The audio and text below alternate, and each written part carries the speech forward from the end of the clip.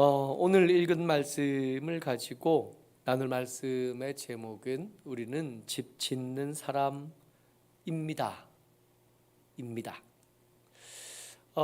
성경에 집 짓는 것으로 성도의 삶을 비유한 말씀이 두 군데에서 등장해요. 방금 우리가 읽은 고린도전서 3장에서 성도들의 삶이 집 짓는 것 같은데, 고린도전서에 등장한 것은 재료에 대한 이야기를 합니다. 성도가 되었어도 삶의 방법이 이 세상에서 배워온 것, 그러니까 시기와 분쟁으로 살아간다면 그 시기와 분쟁은 마치 지푸라기 같고 나무 같아서 그 살아간 삶의 공적이 어떠한가 불로 시험할 때가 되면 싹 불타서 남는 것이 없게 될 거다 하는 말씀으로 집 짓는 것의 비유를 우리에게 들려주시죠. 중요한 것은 이겁니다. 예수 믿는 사람이 되고 교회에 들어왔어도 세상에서 살던 삶의 습관들을 그대로 가지고 들어오면 안 된다는 겁니다. 삶의 방법을 바꿔야 된다는 거죠. 시기하거나 분쟁하는 것으로 삶의 방법을 삼으면 교회에 들어와 있어도 그렇게 큰 덕을 보지는 못한다는 겁니다.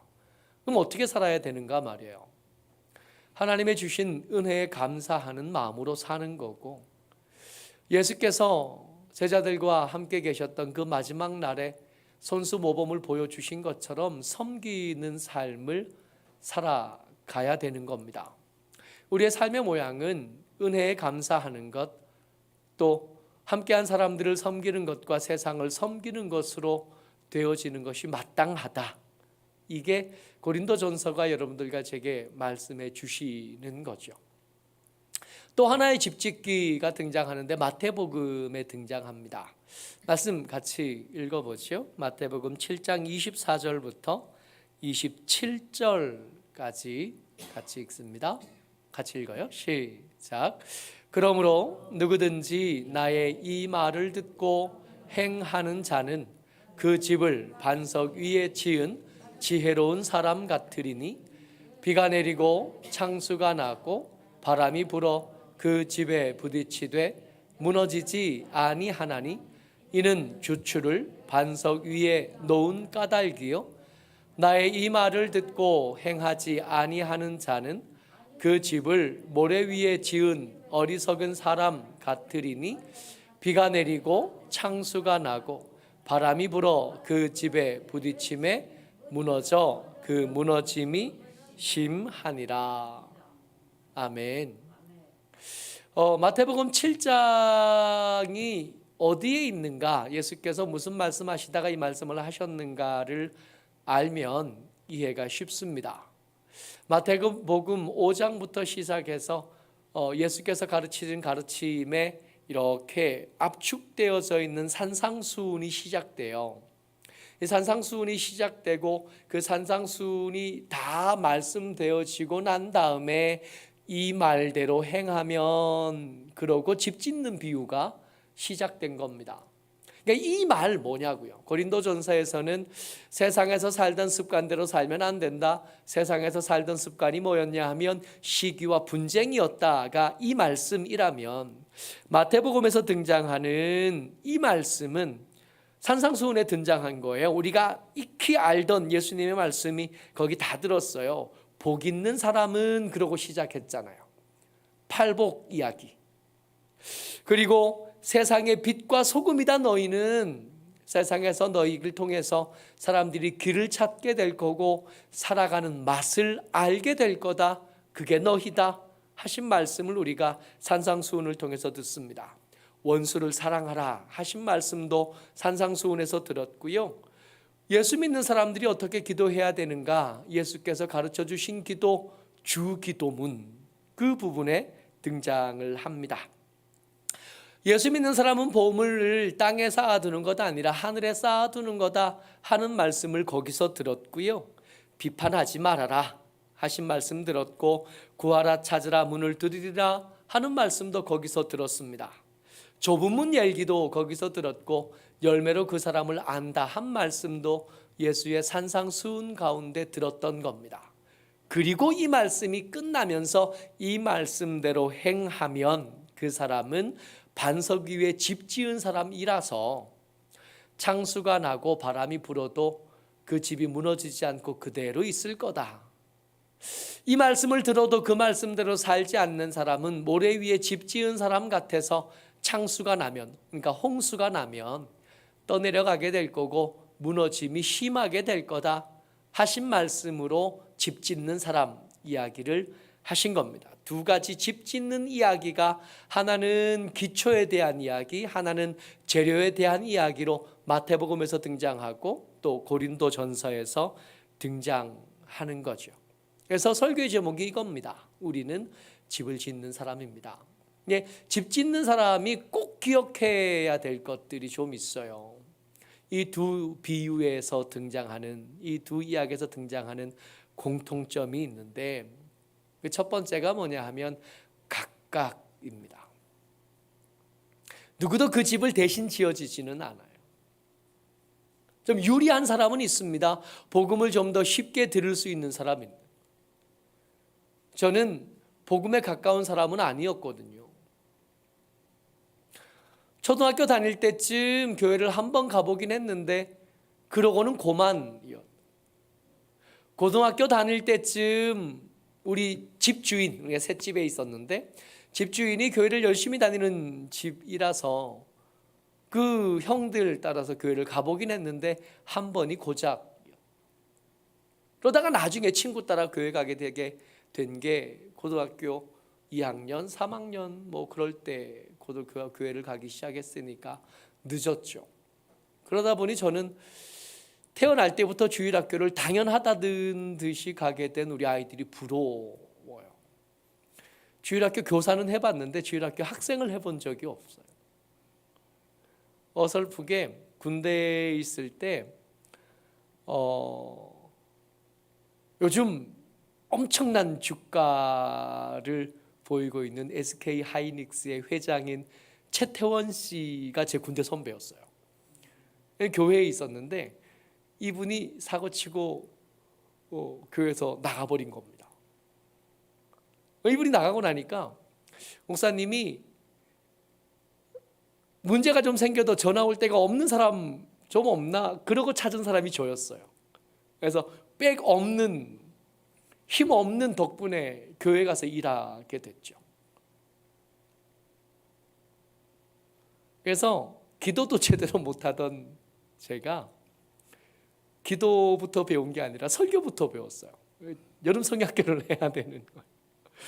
여름 성경학교를 제대로 해본 적이 없는데 교사도 아니고 여름 성경학교를 기획하고 설교하고 그걸 다 해야 됐으니까 앞이 깜깜했었던 기억이 납니다.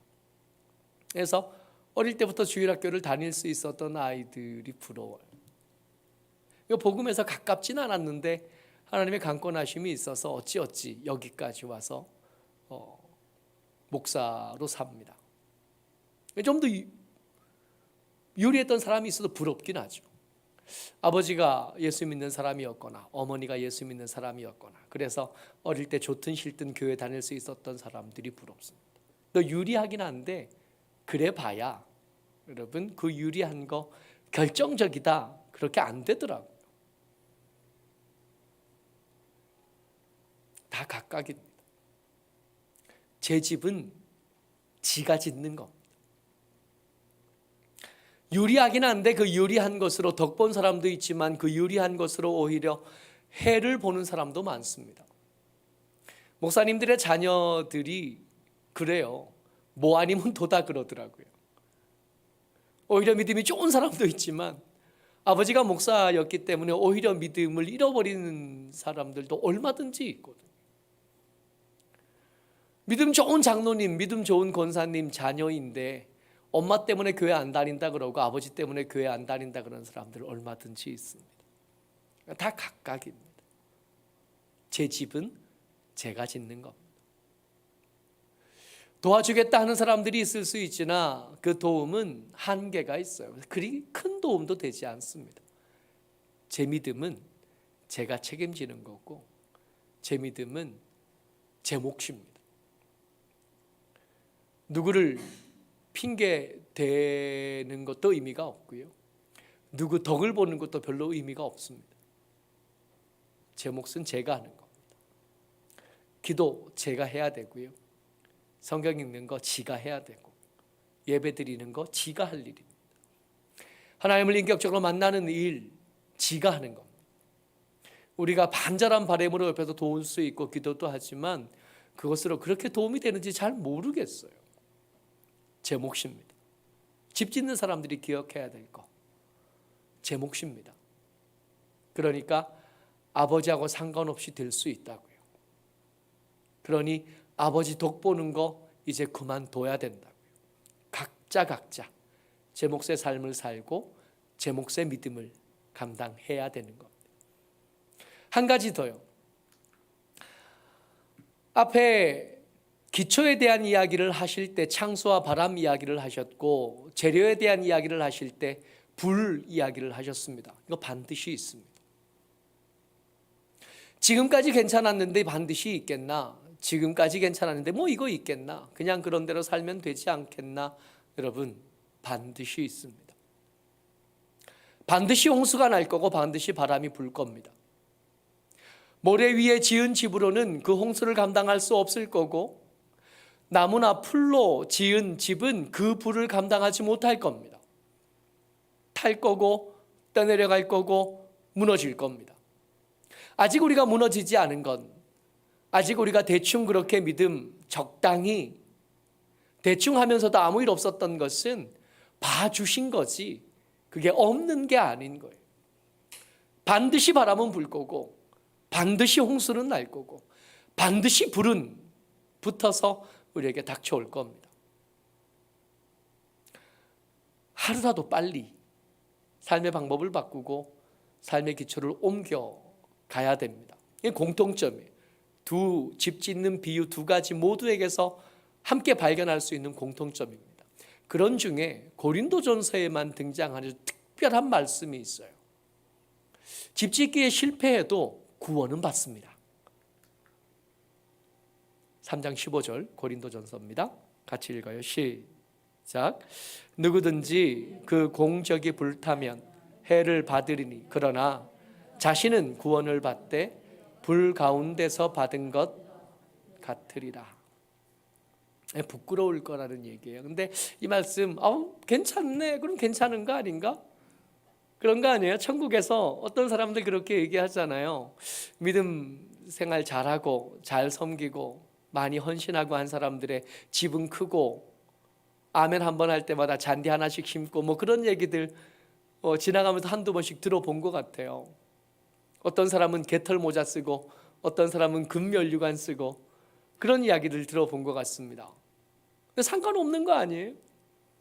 개털 모자 써도 천국에만 갈 수 있으면 괜찮겠다. 다행이다. 쉽지 않을까요? 천국에서 마당 없는 집이어도 괜찮고 마당에 단지 안 깔려 있으면 어때? 천국인데 괜찮을 것 같아요. 근데 이렇게 생각할 사람들이 반드시 기억해야 될 말씀이 있어요. 부끄럽지만 구원을 받을 겁니다만은 이 고린도전서 3장 15절이 어느 말씀에서부터 시작됐냐 하면 3장 1절 2절부터 시작된 거잖아요. 문맥이 3장 2절 말씀 같이 읽습니다. 시작. 내가 너희를 저주로 먹이고 밥으로 아니하였노니 이는 너희가 감당하지 못하였음이거니와 지금도 못하리라. 여러분 고린도 교회에서 사도 바울이 머물렀던 시간이 18개월입니다. 사도 바울이 1차, 2차, 3차 전도 여행 마치고 로마로 끌려가는 시간이 있고 풀려나서 다시 2차 감옥에 또 갇히고 형장의 이슬로 사라질 때까지 정말 분주하고 바쁘게 다녔거든요. 한 교회에서 연 단위로 머물렀던 교회가 두 군데 정도 있어요. 하나는 에베소 교회고 또 하나는 고린도 교회입니다. 다른 교회들은 짧으면 며칠, 길어봐야 몇 주 못 있어요. 사도행전을 이렇게 차분히 읽어보면 한 교회에서 며칠 있다가 쫓겨나고 며칠 있다가 쫓겨나고 2주 있다 쫓겨나고 그런 교회들이 거의 대부분입니다. 그런 교회들 중에 대표적인 교회가 빌립보 교회이지 않아요? 회당도 없고 기도할 때도 없어서 두리번거리다가 루디아 만나서 그 집에서 교회를 시작했죠. 얼마 지나지 않아 감옥에 갇혔고 감옥에 갇혀있고 풀려난 그 다음 날 빌립보에서 떠나서 데살로니가 거쳐서 베레아로 갔던 거죠. 며칠 못 있었어요. 그에 비하면 고린도 교회는 얼마나 큰 혜택을 누렸는가 말입니다. 그 위대한 선교사이고 최고의 설교자이고 성경을 기록한 사람인 바울과 함께 18개월이나 함께 생활하고 그의 말씀을 듣고 그의 설교를 듣고 그를 통해서 삶의 모범을 보면서 살 수 있었던 겁니다. 다른 교회들에 비하면 어마어마한 특혜와 특권을 얻은 건데, 근데요, 처음 복음을 전할 때 아직 어리니까 젖을 먹이기 시작했는데 그때 이후로 시간이 많이 지났다고요. 18개월이 지났고 그 뒤로 편지 하나가 갔고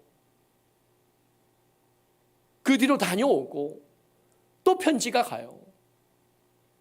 많은 시간이 지났고 특별한 혜택을 얻었음에도 불구하고 그때도 젖으로 먹던 고린도 교회가 지금도 밥은 못 먹고 있는 거예요. 시간은 지나니까 아이는 덩치가 크잖아요. 교회 안에서 신앙의 연륜이 쌓이면 자연스럽게 교회 안에서 목소리도 커지고 영향력도 커집니다. 고린도 교회가 그래요. 사도 바울이 전도했던 수많은 교회들 중에 단연 돋보이는 교회일 수밖에 없고 단연 더 많은 관심을 받은 교회일 수밖에 없습니다. 그런 교회인데 아직 처음에 젖 먹던 그 모습, 그 버릇이 지금 그대로 남아서 아직도 젖 먹어요. 덩치는 산만해졌어요. 덩치는 산만해졌는데 삶의 모양은 여전히 젖 먹고 있는 거예요. 구원은 받는다니까요. 집 짓는데 실패했지만 그럼에도 불구하고 불 가운데 받는 구원 같은 그렇게 희끗희끗 거뭇거뭇해진 잿덩이가 되고 타담한 그런 나무 토막같이 되었어도 구원은 받습니다. 문제는 산만한 젖먹이에요. 감사하지. 구원받지 못하고 여전히 교회 밖에 세상 밖에 있는 사람들 생각하면 그나마도 감사는 합니다마는 여러분 저 옆에 있는 저 사람의 가족들 어떻게 해요? 덩치는 산만해졌는데 아직 이유식 먹여요. 덩치는 산만해졌는데 직분도 점점점 높아져서 그렇게 됐는데 아직도 그 앞에서 말 조심해야, 아직도 그 앞에서 표정 조심해야, 아직도 그 앞에서 이런저런 말들 너무 조심해야 될 게 많아. 젖먹이가 그런 거 아니에요? 젖먹이 잘 때 옆에서 못 떠들잖아요. 조용히 해, 잔다.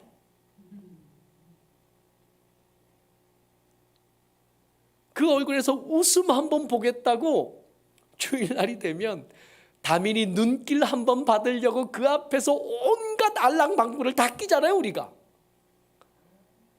그 비싼 녀석 한번 안아보겠다고 우리 그러잖아요. 네, 다민이만 할 때 너무 감사하지. 근데 장로님인데, 권사님인데, 집사님인데 그런데도 그 안색 살피면서 혹시 이 말이 상처가 될까? 혹시 이 일이 저에게 부담이 될까? 그럴 수는 없잖아요. 그래도 안 오는 것보단 나아. 감사해요. 감사한데 그 옆에 사람들 불안하고 위태로워서 어떻게 살겠어요? 그때도 짐이었는데 지금도 짐이에요. 덩치는 산만해졌는데 징그러 죽겠어요. 구원은 받아요. 그 옆에서 그 사람 때문에 힘들었고 버거웠고 어려웠던 사람들이 있다고요. 그거 어떡할 거예요? 그 가족들의 수고, 그 공동체의 수고로움을 다 어떻게 갚을 거예요? 여러분 기억하셔야 됩니다. 여전히 세상에 살던 그 버릇 가지고 그대로 살면 안 됩니다. 구원은 받습니다. 다만 그 옆에 사람들이 불쌍해져요. 구원은 받습니다. 다만 그 옆에 사람들이 진 짐이 너무 버겁고 무거워. 물론 그들은 그들의 몫을 감당하기 위해서 수고하고 애쓰고 울면서 기도하면서 그 일을 감당하겠지만 미안하잖아요. 안 됐잖아. 어쩌록 저와 여러분들 시기하고 분쟁하는 모습 이제는 조금씩 내려놓으려고 몸부림을 시작해야 됩니다.